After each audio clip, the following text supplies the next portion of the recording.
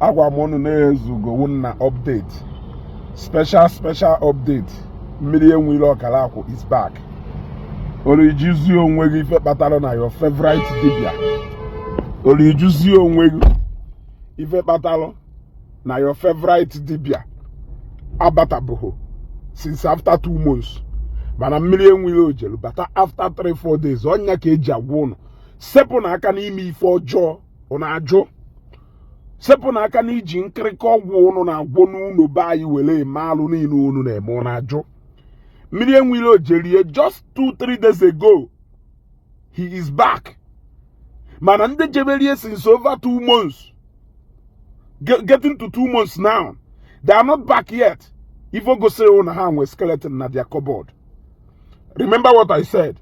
Nmiri Eweilo may have 1 or 2 places ebe other, but the fact is that na that okite and umu kirikiri job wow, not against it, and it is okay because na ebe awebe sheputalo umu ogbalo ofulu umu kukele kunde ome na buze eziokwu a na afio kita because of umu okogwa ha feel na ha no na track, ha feel na ha na eme odinana, ha feel na they want to go back to their root.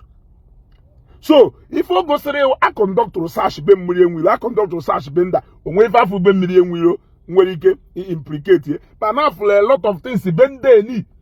Tinye kwuru some intelligent information ha nwere ike inwe we give that arrest. Wolile ugo eze ọnụ, ha menyu na update ka ndị ọzọ ya nke a na-enye oketa awụ the authentic one. The authentic one. Nmiri Eweilo Okalakwu Igbariam is back. He is back.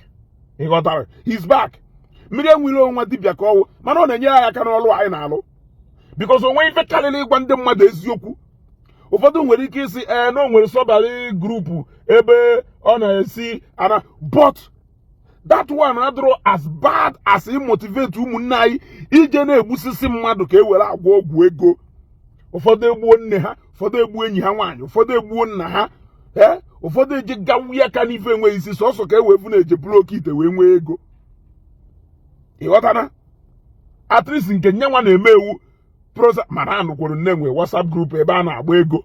I heard o allegedly. Ịghọtago? But at least nke ahụ onye nwe onye na nke oke ite ahụ na ife ha ji agwọ ọgwụ a na-adụ so deadly.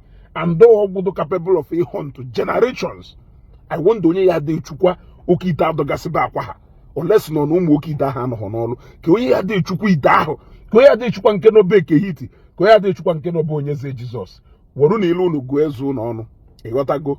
Wo na ilu unu gu ezu n'ọnụ. Nmiri Eweilo is back. That is the update I want to give you. You will confirm, confirm we na information ezugo na adu authentic. Ịghọtara? Daalụ Nmiri Eweilo na-enyere anyị aka n'ọlụ a. Onye akpatara nji wee sị, we will continue to engage him in a kind of way.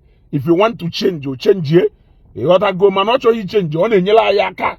Ọ na-enyere anyị aka in some kind of way. Onye ma amalugo. Daalụ nụ.